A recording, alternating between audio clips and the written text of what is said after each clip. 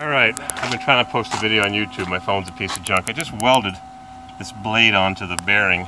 We were trying to change the blade because it's really worn out, but we couldn't remove the plate from the spindle after the bolt broke.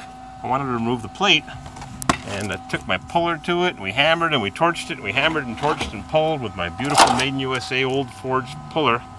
But how do you get the plate off to be able to service the bearings, change the bearings, or change the whole spindle? So I welded it back on with my trusty 20, almost 30-year-old Lincoln MIG welder. Blazer. A buddy of mine came by and just trying to help him. I tried drilling it so I can put the puller to push in the middle of it, and this is a 38-inch antique Sears Craftsman riding lawnmower. 38-inch old Sears Craftsman.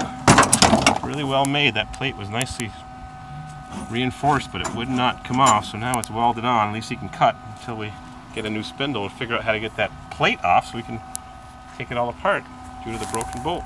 Alright, see if anybody can help.